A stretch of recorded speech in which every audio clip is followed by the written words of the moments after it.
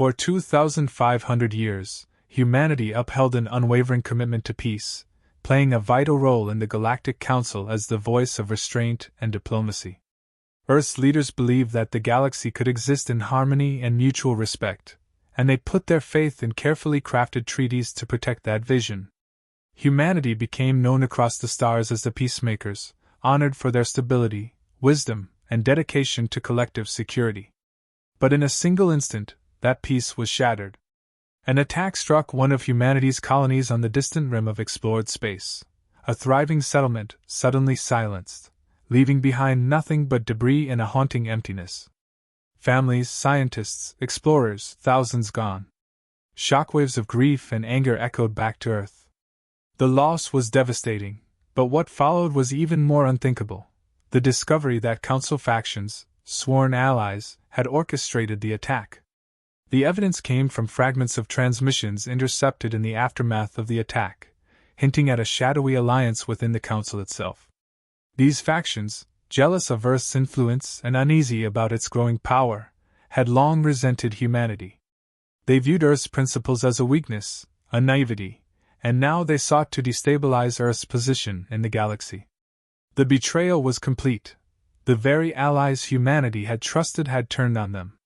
Back on Earth, the news of this treachery hit the people hard. Earth's leaders, themselves shaken, called an emergency council with representatives from each branch of governance. The decision before them weighed heavily. Could they, after all these years, truly respond with force? The question seemed unthinkable. Earth had prided itself on its restraint, its refusal to let conflict guide its path. But the devastation of the colony and the ruthless disregard for human lives left them with a sense of urgency and a grim realization. They had been naive to think they could extend an open hand indefinitely without inviting exploitation. In that meeting room, emotions ran high. They grappled with the ethics, the history, the vast consequences of abandoning their guiding principle of peace. Some leaders, voices breaking with emotion, argued that they owed it to the fallen to take a stand, that they could not allow humanity to be perceived as weak. Others cautioned against the slippery slope of war, reminding them of the generations who had fought for peace. But then, a revelation emerged. This attack was not an isolated incident. Further investigation showed that the Council factions had conspired for years, planting seeds of sabotage within human colonies, whispering dissent, and spreading distrust. This wasn't simply an attack, it was an attempt to erode humanity's standing in the galaxy. A leader rose, one of Earth's foremost representatives, eyes blazing with conviction. Her voice, firm yet solemn, resonated across the room. She spoke of humanity's duty, not just to itself, but to all those who believed in peace and justice. The betrayal couldn't go unanswered. She argued that their inaction would send a message of acceptance, of complicity, and that humanity, if it allowed itself to be cowed now, would stand as a target forever. The decision was made. In an official address to the Galactic Council, humanity broke its silence. Earth's representative stood before the assembled delegates, eyes burning with righteous fury and a grief barely contained. Her voice was unyielding as she recounted the sacrifices made for peace, the losses endured, and the trust so brazenly shattered. She called out the treachery without hesitation, naming the factions who had struck the colony, accusing them of violating the core principles of the Council.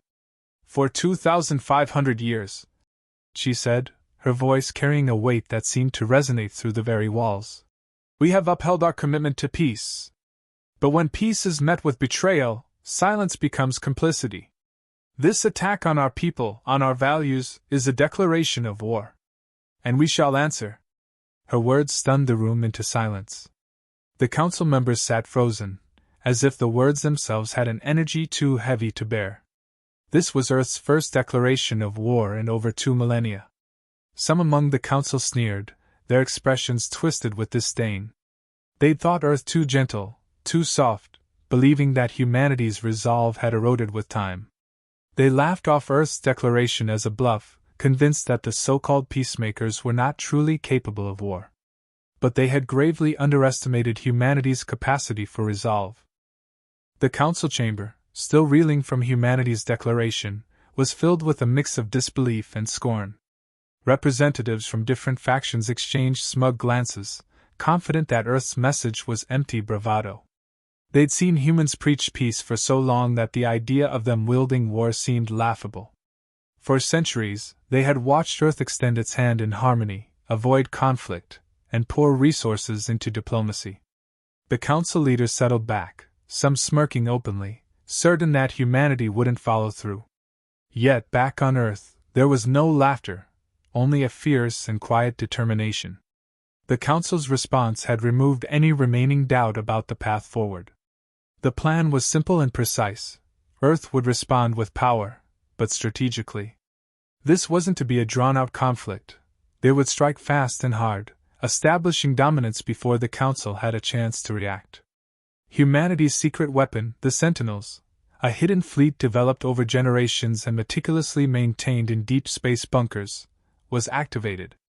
These ships, armed with Earth's most advanced technology, were engineered for stealth, power, and unparalleled precision. Within hours of the declaration, the Sentinels moved into position across key Council territories. The Council's forces, still believing humanity weak, were unprepared for what awaited them. The first strike was swift, targeting the Council's main military outpost, a heavily fortified base thought to be impregnable. Cloaked in cutting-edge stealth technology, the human ships approached undetected. At the base, there was no warning, only sudden, blinding silence as Earth's forces rendered their defenses useless in mere moments. A calculated blast here, a precision strike there, and the outpost was in shambles before its leaders even understood what was happening. The Council scrambled to respond, sending distress signals and mobilizing fleets from nearby sectors. Yet, each fleet encountered the same brutal efficiency. The Sentinels, coordinated through an intricate web of AI-driven tactics and human precision, struck with flawless timing. Every move had been planned in advance, each strike designed to cripple Council defenses without unnecessary destruction. The Council's leaders found themselves in disbelief, watching their best outposts fall with such ease, barely able to comprehend that this was the work of the same humans they had scorned. As the initial strikes unfolded, panic spread within the Council's ranks. High-ranking leaders and generals convened hastily, some demanding an immediate counterattack, others fearing what Earth might do next. Whispers of dissent began to ripple through the Council's inner circles. Some of the factions had initially pushed for the attack on the human colony, yet now found themselves questioning the wisdom of provoking Earth. Their assumption that humanity lacked the means for war had proven disastrously incorrect. Back on Earth, the people were unified, watching with a somber resolve. The Sentinels' precision strikes brought hope and pride to the population, a reassurance that humanity was not defenseless, that peace had not made them weak. For every report that came in from the front lines, for every Council outpost taken down, the people of Earth felt a shared sense of justice. As the strikes continued, Earth's representative prepared a transmission to be sent to the Council's central command. The message was clear and concise, offering them one last chance to admit their wrongs and avoid total destruction. The Council was given a stark choice: either disband the faction that had orchestrated the colony attack and reformed their leadership, or face the full wrath of Earth's military force. Upon receiving the message, the Council was divided. Some factions still clung to pride, dismissing Earth's ultimatum as another bluff, but others, those who had already felt the sting of the Sentinels, sensed the gravity of Earth's words. For the first time, the once untouchable Council experienced fear. As Earth's forces regrouped, preparing for the next phase of the offensive, the Council tried a counterstrike. They gathered their fleets and launched them toward the heart of human territory, hoping to intimidate Earth into backing down. But humanity's defenses were ready. Their planetary shields, long hidden and maintained in secret, activated, deflecting every missile, every laser, every attempt the Council made to break through. To the Council's horror, they realized that Earth had anticipated this very response, setting a trap for the largest Council fleets. It was a devastating realization. Not only had Earth prepared for peace, but it had been fully prepared for war, waiting for a day when betrayal would leave them with no choice but to act. In the silence that followed each failed counterstrike, Earth's representative delivered a single, chilling reminder. We did not seek this war, but we will not flee from it. Choose wisely. The Council was no longer laughing. With the Council reeling from Earth's initial offensive, humanity wasted no time in escalating its strategy. Earth's Tactical Command deployed coordinated waves of precision strikes across the galaxy, targeting every known Council stronghold with relentless accuracy. The Sentinels, Earth's hidden fleet, maneuvered through enemy territory with unprecedented speed and stealth, outmatching anything the Council could throw at them. Each attack was a calculated move, designed to dismantle the Council's defenses layer by layer. The tactics were ruthless yet efficient, dismantling their fleets without mercy. While the Council scrambled to regroup, they began to realize the true scope of humanity's preparations. Earth had anticipated every possible move, foreseeing each counter-strike before it even left the Council's command centers. The Council's fleets were systematically outmaneuvered and outgunned. The Council's leaders, desperate to respond, found their once powerful forces reduced to confusion and fear. Humanity's strategy, honed over centuries of hypothetical defense planning, was unfolding with a precision they had never anticipated. Amidst the chaos, certain Council factions started to break rank. Realizing they had vastly underestimated humanity, factions once allied with the instigators began to question their loyalty. Some Council leaders, previously silent, reached out to Earth in secret, willing to betray the Council's central powers for a chance at survival. This unexpected shift only served to amplify Earth's advantage. Armed with insider knowledge, Earth's command began to target the strongest Council strongholds, taking down one base after another with terrifying efficiency. The Council's inability to counter human tactics was proving their undoing, as Earth's operatives on the ground fed critical data back to command, fine-tuning each assault to devastating effect.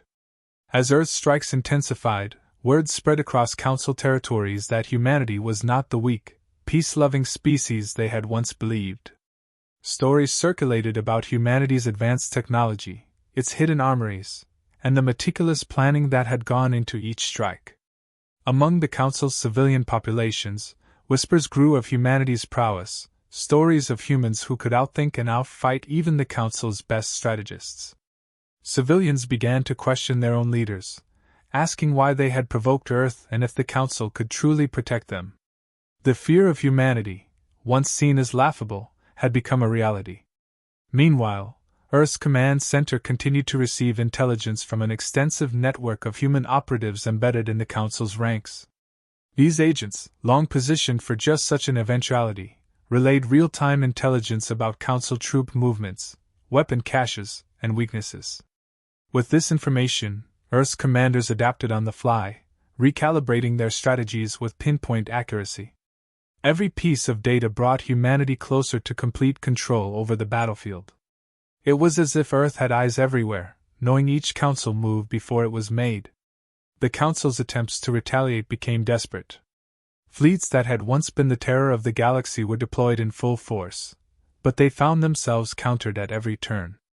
Earth's forces used advanced cloaking devices and evasive maneuvers that made it nearly impossible for the Council to land a single blow. In a last-ditch effort, the Council leaders ordered a simultaneous attack on Earth's own fleet, hoping to break the stalemate and gain the upper hand. But as they advanced, they encountered human ships that seemed to appear out of nowhere, each one positioned perfectly to intercept and neutralize them. Humanity's command structure had anticipated every maneuver, responding with a flexibility that was almost machine-like in precision. The Council's most powerful generals were left bewildered, unable to adapt to Earth's shifting tactics. Each attempt to regroup only resulted in further losses. Council soldiers, once loyal to their commanders, began to falter, their morale shattered by Earth's unyielding onslaught. Some even started to abandon their posts, unwilling to fight an enemy who seemed to predict their every move.